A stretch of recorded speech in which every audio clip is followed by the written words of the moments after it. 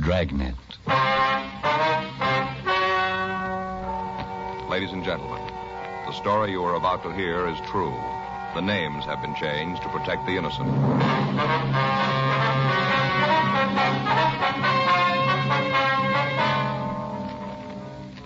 You're a detective sergeant. You're assigned a robbery detail. 3 hold-up men have robbed and beaten 2 supermarket operators in your city. You've got a good description of the thieves. Your job, get them.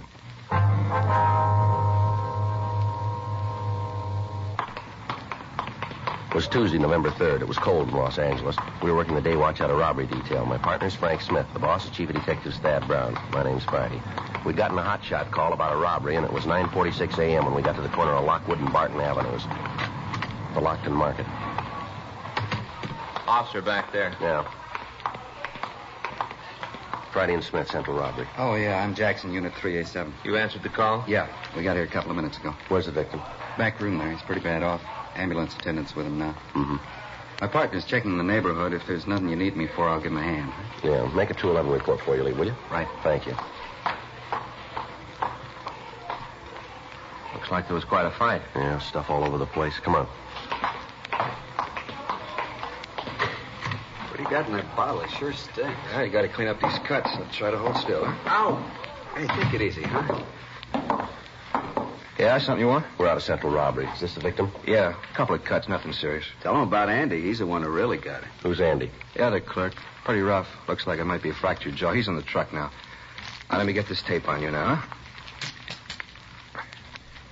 Ow. That should do it. Might be a good idea if you saw your doctor. Yeah, what about Andy? We're going to take him down to Georgia Street Receiving. You going to call me and let me know about him? It might be better if you called them. Yeah, okay. I see you guys, huh? Yeah, right. Yeah. Thanks. Yeah, sure. Boy, that one guy really clouded me. Hurts. Mm-hmm. Wonder if you feel up to telling us what happened here. 3 of them. 3. Came in and held up the place. Clouded me and Andy. Sure hope he's going to be all right. What's your name, sir? Cliff Hall. You own the store, do you? No, me and Andy run it, though. We'd like to buy it. What time did these men come in? Must have been around 9:30, around in there. Did you give the officers who answered the call a description of the men? Yeah, that was the first thing they asked me. Go ahead, please. I was getting the money ready for the bank deposit. Andy was back here stacking bottle cases. These 3 guys came in. First off, I thought they were customers. Yeah. A couple of them walked to the back of the place. I thought they were picking out stuff. The other one kind of stood around by the cash register where I was. Go ahead.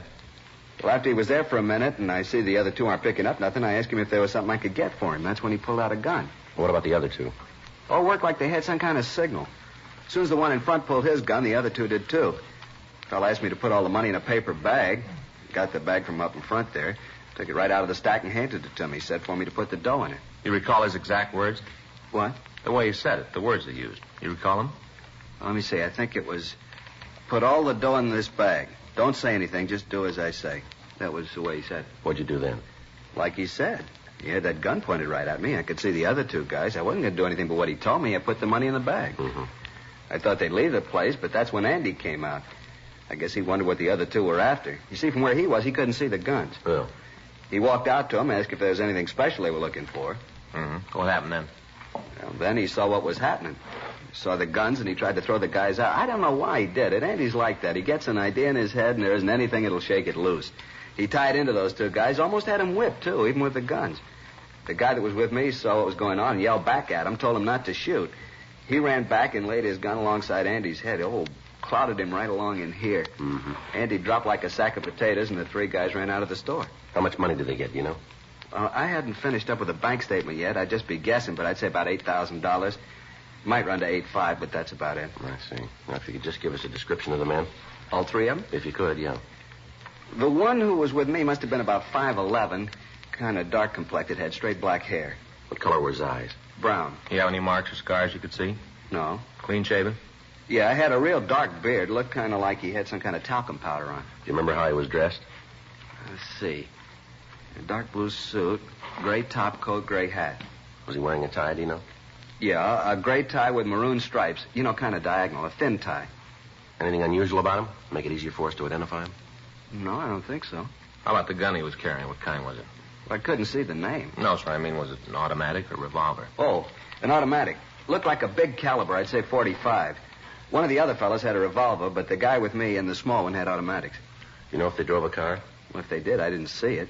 Might have had it parked right out in front for all I know. I told you I was busy when they came in. When they left, I was too worried about Andy to pay any attention to him.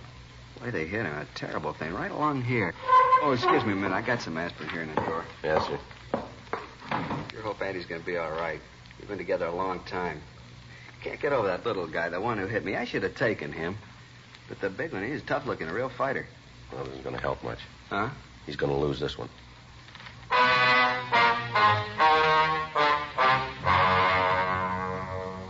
We got the descriptions of the other two men, and a supplementary local broadcast was gotten out. The two officers who'd answered the call found a woman in the neighborhood who'd seen 3 men leave the vicinity immediately after the robbery.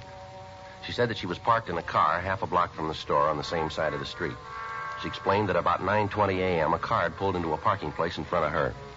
She'd seen 3 men leave the car and walk down the sidewalk in the direction of the Lockton Market. About 10 minutes later, the men came back to the car. They appeared to be in a hurry.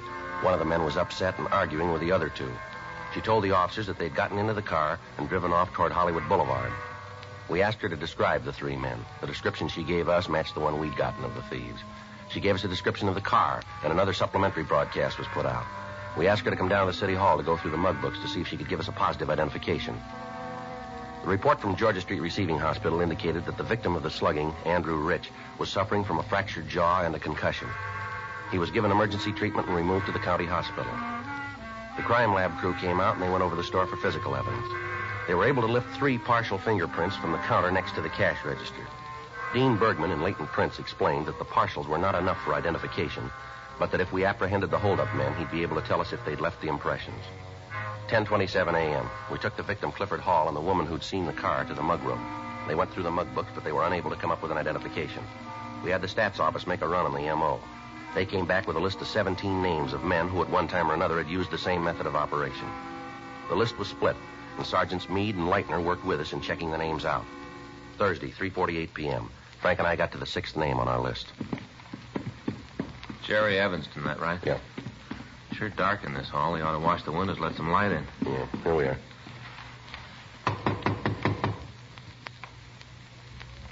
Might not be in. Yeah, we'll try it again. Now let's talk to the manager. Yeah. Yeah? Who is it? Manager, we want to see you a minute. Just a minute.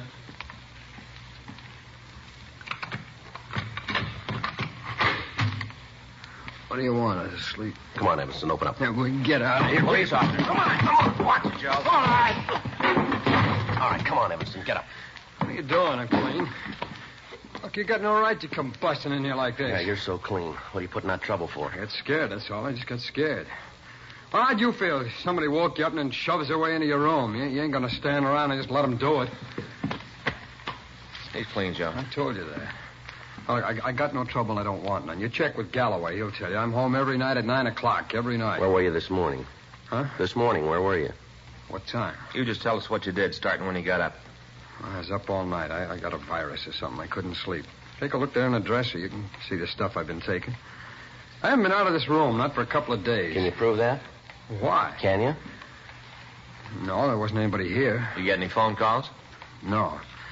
I don't know what this is all about, but you guys are leaning on me for nothing. Now, you talk to Galloway. He'll tell you I've been working. Well, look here, I'll show Where you. you going? I just want to show you something I got in the drawer. Well, you stay right there. I'll get it for you. Okay, I got nothing to hide. Take a look in the top drawer there, left-hand side. Yeah. These what you mean? Yeah, that's it. I'll take the rubber band off and look. You'll see I'm telling you the truth. There, you see? It's all the check receipts I've gotten from where I work. You look at them. I'm working every day, and I'm home at night, 9 o'clock every night. How about it, Joe? Yeah. There, you see? You haven't been out of this room all day, huh? Not a minute. Now, come on, what's all this about anyway? What are you guys after? We figured maybe you could tell us. Yeah? Oh, I'm sorry. Without you telling me what you want, there's nothing I can give you. You see any of the boys anymore? You mean the fellas I knew before I fell? That's right. Not if I can help it. I'm trying to stay away from them. See any of them lately? Yeah. Saw Alex a couple of days ago. Alex? Yeah. Alex Finley. I knew him when I was up in Q. He came in where I was working. Did you talk to him at all? All right. Just said hello. Passed a couple of minutes talking about some of the guys we knew. See in the rackets now? I don't know. Is he on parole? Yeah, I think so. Did he give you anything? Oh, a couple of rumbles, but if I turn them over to you, I don't want credit for them. You don't know where you got them. All right. Alex tells me there's a gang that's going to start working here in town, market jobs. How many men? Well, from what Alex says, there's 4, all heavy guys. Finley with him? No, I don't think so. He told it to me that he just heard it. Did he say anything about who the 4 men are? No, I don't think he knew. He just said they were heavy and they were starting to work. You know where we can get in touch with Alex? No. Well, you might check with Galloway at the parole office. He might have it. Yeah, we will. I'll probably see him again. I'll try to get the information if I can. Well, what is it you want to know? Who the guys are? That's right. Okay. Now, like I told you, though, I don't want any credit for it. I'm in real trouble if it gets around that I'm playing footsie with you. Yeah, sure. I'll try to find out when they're going to start working, too. Well, don't you worry about that. Huh? We already know that. 4:10 p.m. We got in touch with Fred Galloway at the state adult parole offices, and we checked on Jerry Evanston. From what the record showed, the story Evanston had told us was true. His parole officer had reported him working and apparently living up to the conditions of his release. We left him one of our cards and asked him to call us in the event he heard from Alex Finley. 4:21 p.m. We checked back into the office, and we met with Sergeants Meade and Leitner. They told us that they'd checked out the names on their half of the list without result. We sent a teletype up to George Brereton, CII, Sacramento, giving him the description of the holdup men and listing the M.O. that they'd used. We asked him to run the information through their files and forward any information they came up with. 5:19 p.m. We went out to get something to eat, and then we checked back into the office. Good dinner, huh, Joe? Yeah, never saw a guy could eat so many enchiladas as you. Yeah, I can't help it. Get started on them. Can't seem to stop. Yeah. You got any soda in your locker? No, you got trouble again? You know I always do when we have enchiladas. You ought to remember that when you order a half a dozen. I suppose so. Yeah, I get it. Robbery Friday, yeah. When was that? They're pretty sure, are they? Has the lab been called yet? Yep. Okay. Right, thanks. Oh, that's a break. Yeah? They just found the getaway car.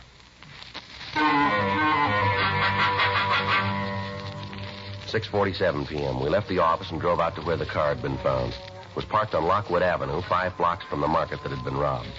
The radio car officers who had spotted it had called the office immediately when they saw a brown paper bag in the back seat bearing the printed name Lockton Market. A crew from Leighton Prince came out and went over the car. They were able to come up with a single print from a man's index finger. Bergman compared it with the partials found at the market. They matched. We checked the white slip in the car and found that the vehicle was stolen. The report on it had been filed at 10:37 a.m. that morning. We talked with the people in the immediate vicinity, but none of them were able to tell us anything about the people who'd parked the car. However, we did come up with an elderly man who told us that he'd seen 3 men get into another car at about 9:45 that morning. He said that he remembered it because the driver of the car had pulled into a parking space and stopped the motor. Another automobile had parked directly in front of the car, and the driver of the first machine had moved so that there was no one in front of him. The man went on to say that a few minutes after the driver pulled into the second parking place, 3 men had come around the corner, gotten into the car, and the 4 of them had driven off. The witness was unable to give us a description of the car other than to say that it was a late model Plymouth or Ford. The only description he could give us of the men was that one of them was large and was wearing a gray top coat and a hat, and that one of them was small. 8:40 p.m. Frank and I went back to the office and checked out for the night. The following morning at 8:02 a.m., I checked back in for work. Hi, Joe. Morning. Kind of cold out. Yeah. You look happy this morning. I didn't sleep a wink last night, Joe. Not a wink. What's the matter? Stomach. Next time I even think about eating enchiladas, stop me, will you, Joe? Yeah, sure. Any mail come in? I don't know. I just got in. There's an ad here from that store over on West 6th. They're having their annual sale. Yeah? I want to try to get over there. I'd like to get me a new suit for Christmas. Yeah, there's a special delivery from Brereton. Huh. Probably those mugs we asked for. I'll see. Yeah, there's 6 of them. You want to get in touch with Cliff Hall? We can drive over and have him take a look at them. Yeah. You got any other pictures? Yeah, we can mix them up. I'll call Hall. Okay. I sure hope we get an ident. We haven't got much to go on. Well, there's got to be a break someplace. We got to find it. From what Finley said about the gang starting up an operation, doesn't sound like just one job. No. They start on a string, they can do a lot of damage. Well, it doesn't give us much choice, does it? No. We got to get to them. 8:27 a.m. Frank and I left the office and drove over to talk to the victim, Cliff Hall. We showed him the mug shots George Brereton had sent us. He picked one out and said that he was positive that the man in the picture was the one who'd held him up. The name on the mug shot was Harold Bishop. According to the record Brereton had sent us, Bishop had been convicted twice on violation of 211 PC, armed robbery. 9:20 a.m. We drove over to the county hospital and showed the pictures to the other victim, Andrew Rich. He picked the mugshot of Bishop as the suspect who'd robbed and beaten him. The notation on Bishop's picture gave us the information that he was on parole at the time. We returned to the office and put in a call to Fred Galloway at the State Adult Parole Office. Yeah, Fred, this is Joe Friday. Mm-hmm. Yeah, fine. We'd like some information on a Harold Bishop. San Francisco number 82609. 26, that's right. Male, white, Caucasian. We got a mug from Brereton. No, he says he's on parole. Yeah, if you will. Thanks a lot. He's checking the master file now. Meade and Leitner are standing by if we need them. When we get this address, we're going to have to move fast. Yeah. Yeah, Fred. When was that? Well, how's his report there? I see. No, I don't know. Yeah, I suppose. Right, Fred. Thank you. Well, you can tell Meade and Leitner to relax. Bishop's got an out-of-state parole. He's living over in Phoenix. Well, he still could be getting into California. No, not likely. Huh? Fred checked with his parole officer. Yeah. He's got a job, and he's been reporting to his parole officer every month.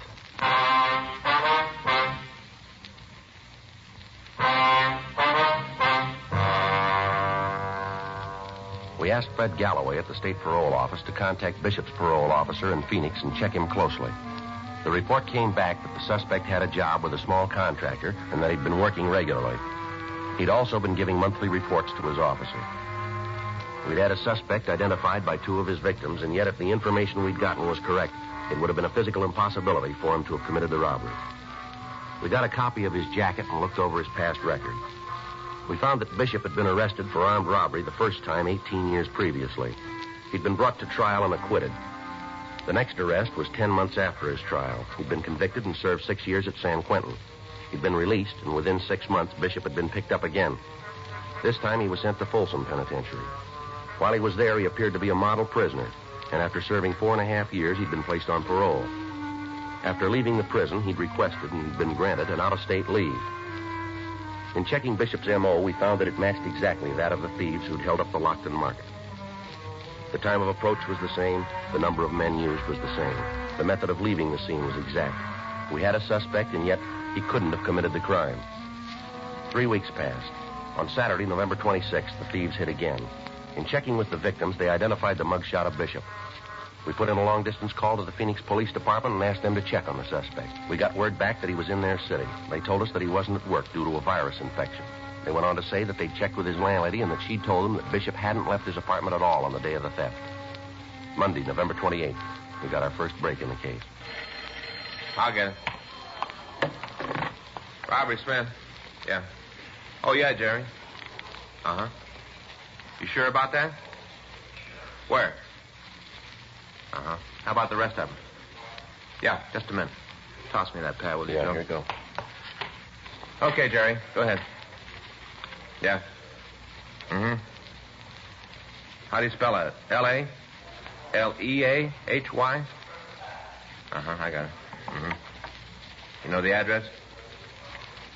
Yeah. Okay, thanks, Jerry. We'll get in touch with you. Right. Jerry Evanston, remember the guy we talked to over on South 7th? Yeah? Well, the way he tells it, we aren't too far off. How do you mean? He saw Bishop in town last Saturday.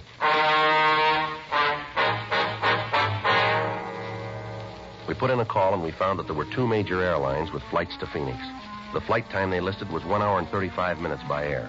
If Bishop caught the last flight leaving Phoenix, he could arrive in Los Angeles at 11:20 p.m., the night before he planned to commit a robbery. The next day after the holdup, he could catch a plane from the Los Angeles International Airport that would have him back in Phoenix at 8:25 p.m. By doing this, he would be absent from his work only 1 day, and he could schedule his flights so as not to hit on the days when he had an interview with his parole officer. Tuesday, November 29th, a meeting was held in Chief Thad Brown's office. It was decided to put a special stakeout on the airport and wait for the suspect to come into town. At that time, he'd be followed and taken into custody as he prepared to commit another robbery. The names of the 3 other men Jerry Evanston had given Frank as having been involved in the holdups had been checked through R&I. All 3 of them had arrest records. Surveillances were placed on their homes, and they were kept under constant watch. Monday, December 12th, 11:15 p.m. Frank and I relieved the stakeout at the airport. There's a bench over there. We can keep all the gates in view. Yeah.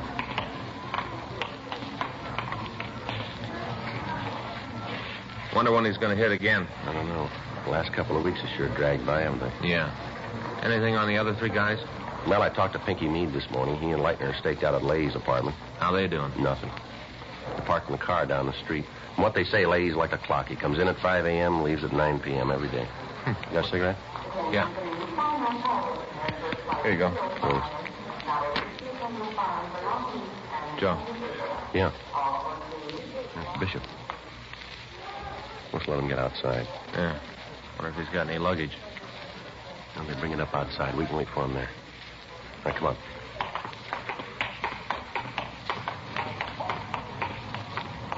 You see him? Yeah, there he is. Getting into that cab. Come on.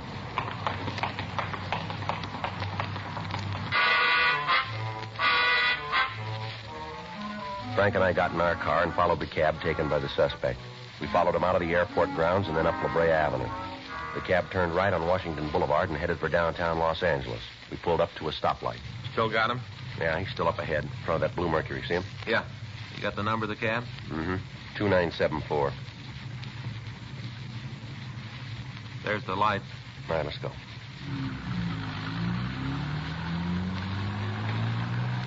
Better try to pick it up a little, Frank. Cab's pulling away from us. Yeah. Think he's seen us? No. Can't you close in a little? Traffic's too heavy. Can't use a siren. We'll trip him. Yeah. Still see him? Yeah. There's a break. Guy ahead's making a right turn. Now we're right behind the cab. Yeah. I'll close in now. Good. Watch it, Frank. That guy pulling out of the alley. Hold on.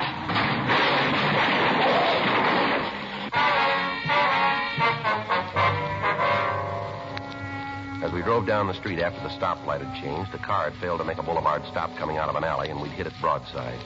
The damage done to both cars was considerable, and we'd lost our suspect. Frank got to a phone and called the office. He gave them the number of the cab that Bishop was in and asked for a traffic investigation car. The office started a search for the missing suspect. Lieutenant Jack Smyers told us to proceed to the apartment of Tom Leahy to wait for further development. In the meantime, a citywide broadcast went out carrying the description of Bishop and the other 3 men involved in the theft. Frank and I arrived at the apartment, and we relieved Meade and Leitner. We had the manager of the place let us into Leahy's room. We waited. 1:30 a.m., 2:30, 4 o'clock, 5:30 a.m. Frank and I had been on duty for over 21 hours. At 5:45, the phone in the apartment rang once, and then it quit. That was the arranged signal between us and the office. Frank put in the call. Lieutenant Smyers told us that officers Max Herman and Ed Benson were on the way out to relieve us. 15 minutes later, we heard somebody in the hall. Joe? Yeah, probably Benson and Herman. Yeah. I'll get it. Watch it, Look Joe. over the gun. Come on, give it up, Bishop. You all right, Joe? Yeah, come on. He's going upstairs. Make it for the roof. Come on. See him? No. You want to take that side? Right. Watch it. Behind the elevator shaft, Joe. Yeah, I see him. Get away from me, cop. You're in trouble, Bishop. Don't build any more for yourself. I got nothing to lose. They nail me again. I'll be up at the joint for life. Don't cost no more to kill you. There's no way off this roof, Bishop. Throw that gun out here and you follow it. You're out of your mind, cop. Give it up, Bishop. Now, come on, throw that gun out. I'm going out, cop. You try to stop me, I'll blow your head off.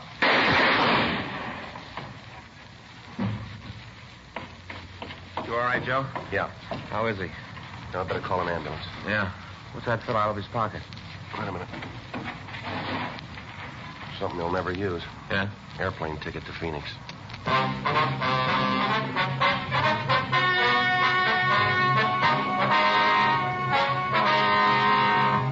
Albert Martin Kruger, Harold Nelson Bishop, Thomas Nagel Leahy, and Charles Everett Lee were taken into custody and brought to trial for 2 counts of robbery in the first degree. They were convicted and received sentence as prescribed by law. Robbery in the first degree is punishable by imprisonment in the state penitentiary for a period of not less than 5 years. Because of his previous record, Thomas Nagel Leahy was given the maximum sentence and is now serving life imprisonment in the state penitentiary, Folsom, California. Dragnet is a presentation of the United States Armed Forces Radio Service.